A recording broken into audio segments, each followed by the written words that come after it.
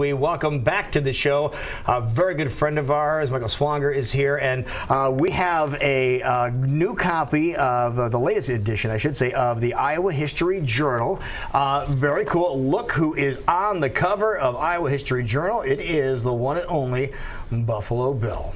And for those that may not be versed in Iowa history, Michael, why Buffalo Bill on the cover of this? Well, good morning, Lou, Jackie, Jason. Thanks for having me back. Maybe the better question is, why not? I mean, when you think of iconic characters of the Old West, I don't think there's a bigger name than Buffalo Bill, and I don't know how many people realize that he's from Iowa. I was going to say, I didn't know he was from LeClaire. Yeah, from LeClaire, right. Born over in that area before LeClaire was actually a town in that vicinity, if you will, on the banks of the Mississippi. Lived here till he was about 8 before his parents moved to Kansas.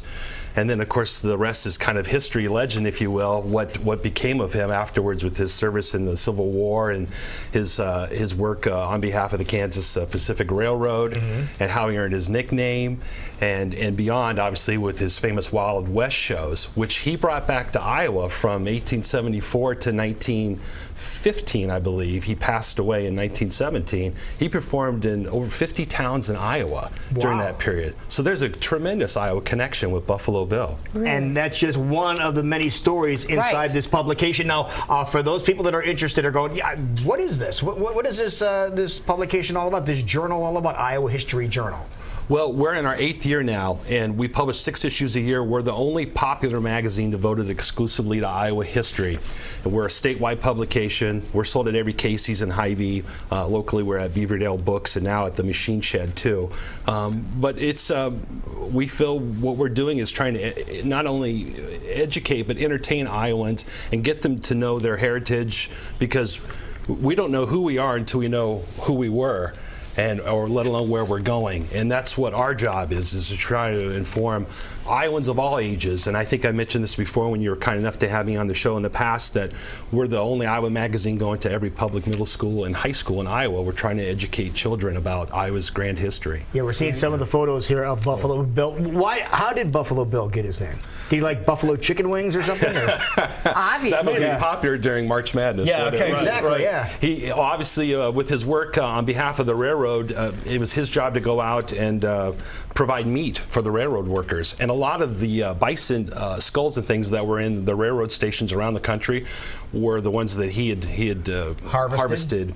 And also, to that point, he was kind of blamed for the extinction of the buffalo, but that was far from the truth. I think he personally shot around 4,000. You have to remember there was tens of millions of bison on the prairie at that time. So he kind of got a bad rap, and later on he also was a part of preserving those herds. And at one point he was credited with having the 4th largest private herd of bison in America. So he did his part to save them, actually, and used them in his show. And I'm sorry I missed some of the photos. No, I was going to say, there's something for everybody in this, which is absolutely fun. So we had a picture of Hope Emerson a while back, and I love old movies, and she's probably one of the funniest character actresses there ever was. And she's from Iowa, which just makes me so proud. There's something with weather we're going to touch base with Jason here, because he loves that topic, obviously, but also some current event issues as well, as our own state historical building is asking for money from our budget to do some improvements. And you go back in history and talk about other great buildings that have done a similar procedure. So we're hitting current events as well as history at the same time. We're trying to provide that context. I think it's important to do it that way, because I don't want it to become, I don't want people to think of this as something they took in school as history class. It's not just about the memorization of names and dates, etc. It's about providing that context and showing how it's relevant today. A lot of buildings, as we know, and this has been reported by a lot of people over the years, that are being restored, refurbished, they're being saved. I think there's a greater push for that right now than ever, just from what I've seen.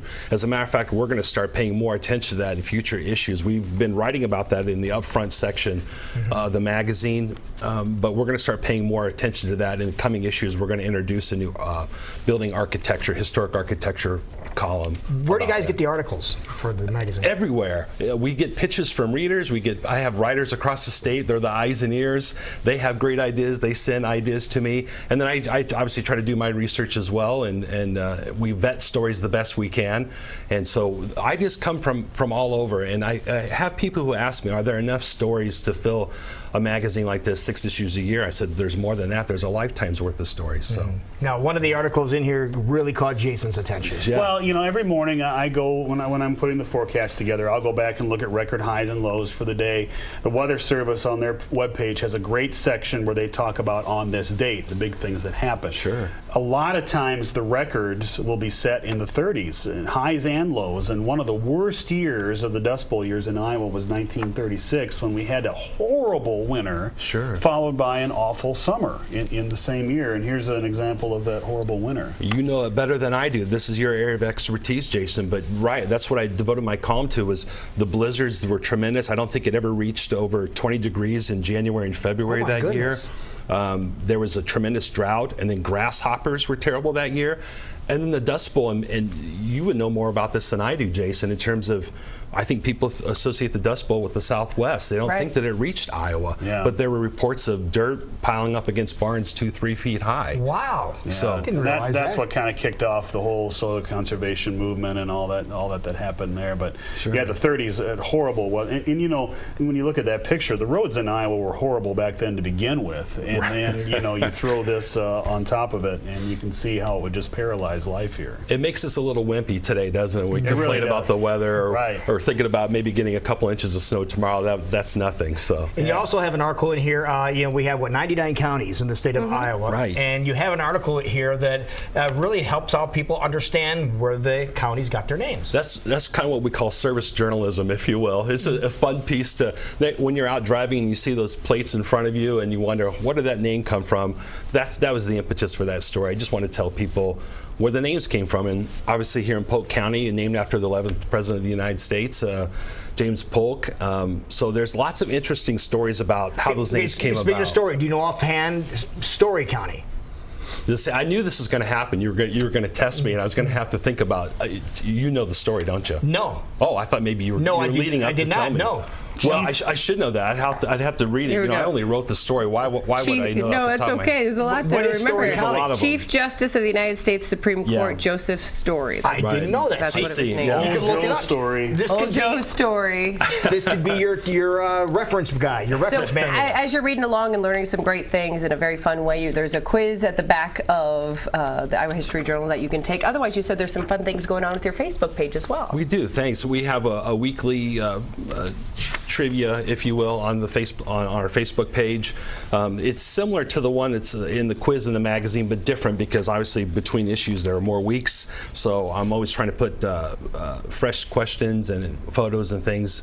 It's just a nice way to draw some traffic there, and we find people are participating and enjoy it. So. And it looks like if you read the magazine, you could probably do well on the quiz at the back. For example, Jason, I'm going to quiz you. Okay. Here's one. Pay attention. In what year did Iowans endure blizzard, drought, grasshoppers, and the Dust Bowl during the Great Depression? Hey, you're not stealing this from me. Jason, is it 1985, 2001, 1776, or 1936? 1776. You are good, man. I'm telling you. But again, we just endured the British. This is available where? Iowa History Journal is available where? Every Casey's and Hy-Vee in the state, and then locally here in the metro at Beaverdale Books, and starting now at the Machine Shed in Urbandale. And if your kids are obviously going to school within the viewership here, the kids can get it in school too, right? Exactly. At every public middle school and high school. So wonderful. And there was a phone number up there as well. Is that if people have more information, they can call? They can call, they can subscribe, they can call me with story ideas. I do it all. So we're very mom and pop, and if they can reach me directly that way. So perfect. I'm happy to we're just talking about the people that authored a bunch of the articles. And who'd you say authored the Buffalo Bill? Busby. Busby did that one. Good John, absolutely. That's cool. Yeah, all right. John's been a terrific friend, and he's done a lot of great stories for us. That is great. Yeah. Michael, good to see you, my friend. Likewise. Thank you so much. Appreciate it. Thank you.